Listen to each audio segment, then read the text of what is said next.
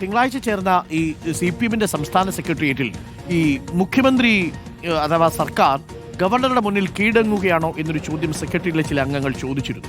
ഇക്കാര്യങ്ങൾ വിശദീകരിച്ചുകൊണ്ട് മുഖ്യമന്ത്രി ചില കാര്യങ്ങളൊക്കെ പറഞ്ഞു. പക്ഷേ അതിനകത്ത് വലിയ ഒരു വിയോജിപ്പുണ്ടായിരുന്നു എന്നാണ് മനസ്സിലാക്കാൻ കഴിയുന്നത് സെക്രട്ടേറിയറ്റിൽ.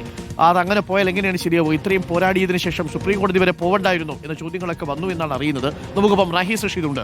Rahees Rasheed, very good morning Rahees Rasheed. CPM-ന്റെ സംസ്ഥാന സെക്രട്ടേറിയറ്റിൽ ഈ ഗവർണർ സർക്കാർ പോരിൽ VC നിയമനത്തിൻ്റെയൊക്കെ കാര്യത്തിൽ സർക്കാർ കീഴടങ്ങി എന്ന മട്ടിൽ ചില ആളുകൾ ചില വിമർശനങ്ങളൊക്കെ ഉന്നയിച്ചിട്ടുണ്ടെന്നാണ് മനസ്സിലാക്കുന്നത്. അങ്ങനെ കീഴടങ്ങണമായിരുന്നോ എന്ന് ചില ചോദ്യങ്ങൾ സെക്രട്ടേറിയറ്റിൽ ഉയർന്നു എന്ന് മനസ്സിലാക്കുന്നു.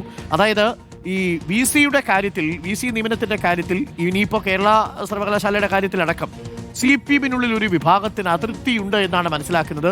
CPM സംസ്ഥാന സെക്രട്ടേറിയറ്റിൽ തന്നെ ഈ വിഷയത്തിൽ ഒരു ഭിന്നതയുണ്ടെന്നാണ് മനസ്സിലാക്കുന്നത്. ഒടുവിൽ മുഖ്യമന്ത്രി പറഞ്ഞതും സർക്കാർ പറഞ്ഞതും സെക്രട്ടേറിയറ്റ് അംഗീകരിച്ചു. എന്നാൽ പോലും ഒരു വിയോജിപ്പ് ഈ സംസ്ഥാന സെക്രട്ടേറിയറ്റിൽ ഉണ്ടായിരുന്നു എന്നാണ് മനസ്സിലാക്കുന്നത്. ഒരു വിയോജിപ്പിന്റെ ശബ്ദം അത് കേട്ടു അല്ലേ റഹീസ് റഷീദ്? അരുൺകുമാർ, അത് കേട്ടു എന്ന് മാത്രമല്ല, പതിവില്ലാത്ത ഒരു വിയോജിപ്പിന്റെ ശബ്ദമാണ് സംസ്ഥാന സെക്രട്ടേറിയറ്റിൽ ഉണ്ടായതും. സാധാരണഗതിയിൽ മുഖ്യമന്ത്രി ഒരു വിഷയത്തിൽ ഒരു കാര്യം പറഞ്ഞാൽ അതിൽ എതിർപ്പ് സാധാരണഗതിയിൽ അങ്ങനെ ഉയർന്നതായി ഈ അടുത്ത് നടന്ന സെക്രട്ടേറിയറ്റ് യോഗത്തിലൊന്നും കേട്ടിട്ടില്ല. പക്ഷേ ഇന്ന് തിങ്കളാഴ്ച നടന്ന സെക്രട്ടേറിയറ്റ് യോഗത്തിൽ ഇങ്ങനെ ഒരു ധാരണ രൂപപ്പെട്ടിട്ടുണ്ട്, അത് സർക്കാർ നടപ്പിലാക്കാൻ പോവുകയാണ് എന്നാണ് മുഖ്യമന്ത്രി പറഞ്ഞത്. ആ സമയത്ത് നമ്മൾ മനസ്സിലാക്കുന്നത് മൂന്ന് സെക്രട്ടേറിയറ്റ് അംഗങ്ങളുടെ ഭാഗത്ത് നിന്ന് അതിലൊരു ആശങ്ക പ്രകടിപ്പിച്ചു. അവർ ചോദിച്ച പ്രധാനപ്പെട്ട കാര്യം ഒന്ന്, സുപ്രീം കോടതിയിൽ ഇത് സംബന്ധിച്ച കേസ് നടക്കുകയാണ്. സുധാംശു ധൂലിയ സെർച്ച് കമ്മിറ്റിയോട് റിപ്പോർട്ടല്ല, ആരാണ് VC എന്ന് പേര് നൽകാൻ പറഞ്ഞിരിക്കുകയാണ്. അത് ഇന്നാണ് നൽകുക.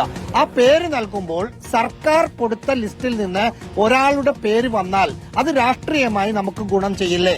ഒപ്പം 30 ലക്ഷത്തിന് മുകളിൽ ചിലവഴിച്ചാണ് പലതരത്തിൽ ഇതുമായി ബന്ധപ്പെട്ട കേസുകൾ നടത്തിയത്.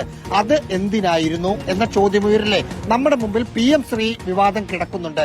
അത് വലിയ തിരിച്ചടിയുണ്ടാക്കി. അതുപോലെ ഒരു തിരിച്ചടി ഇത് ഉണ്ടാക്കില്ലേ എന്ന പ്രസക്തമായ ചോദ്യങ്ങളായിരുന്നു ചോദിച്ചിരുന്നത്.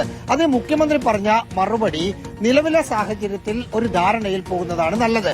അതിനൊരു പ്രധാനപ്പെട്ട കാരണം, ഇനി 11 സർവകലാശാലയിൽ കൂടി സ്ഥിരം VC-യെ നിയമിക്കാനുണ്ട്. ഈ സുധാംശു ധൂലിയ VC തീരുമാനിക്കുകയാണെങ്കിൽ ഇനി അടുത്ത VC-യെ നിയമിക്കുന്ന സമയത്തും ഇതുപോലെ രാജ്ഭവനിൽ നിന്ന് ഉടക്ക് വന്നാൽ ഇതുപോലെ സുപ്രീം കോടതി തീരുമാനിക്കുകയാണ്, സെർച്ച് കമ്മിറ്റി രൂപീകരിച്ച് ഞങ്ങൾ നിയമിച്ചോളാമെന്ന് തീരുമാനിക്കുന്നത് രാഷ്ട്രീയപരമായ തിരിച്ചടി മാത്രമല്ല, ഈ ജനാധിപത്യത്തിന് മേലുള്ള ജുഡീഷ്യറിയുടെ ഒരു കടന്നുകയറ്റം കൂടിയായിരിക്കും. അതുകൊണ്ട് നമുക്കിത് അംഗീകരിക്കാം എന്ന് പറയുകയായിരുന്നു. അത് അംഗീകരിക്കുക. അതിനുശേഷം മറ്റെതിർപ്പുകളൊന്നും സെക്രട്ടേറിയറ്റിൽ ഉണ്ടായില്ല. ഇതിനകത്ത് മറ്റൊരു പ്രശ്നം, ഈ ഡിജിറ്റൽ സർവകലാശാലയിലും സാങ്കേതിക സർവകലാശാലയിലും നിയമിക്കേണ്ടവരുടെ മുൻഗണനാ ക്രമം ലോക്ഭവന് കൊടുക്കുന്ന സമയത്ത് സർക്കാർ പ്രത്യേകമായ ഒരു നോട്ട് നൽകിയിരുന്നു. സിസ തോമസിനെ ഇത് രണ്ടിലും പരിഗണിക്കരുത്, അവർ നേതൃഗുണമില്ലാത്ത ആളാണ്.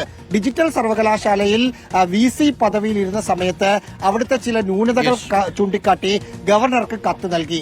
ആ കത്ത് മാധ്യമങ്ങളിലൂടെ പുറത്തു വന്നു. അതുകൊണ്ട് അത് വലിയ മോശമാണ് സർവകലാശാലയ്ക്ക് ഉണ്ടായത്. അവരെ പരിഗണിക്കരുതേ, ഒരിക്കലും പരിഗണിക്കരുത് എന്ന് പറഞ്ഞ സ്ഥലത്ത് അവരെ പരിഗണിക്കാൻ തീരുമാനിച്ചു.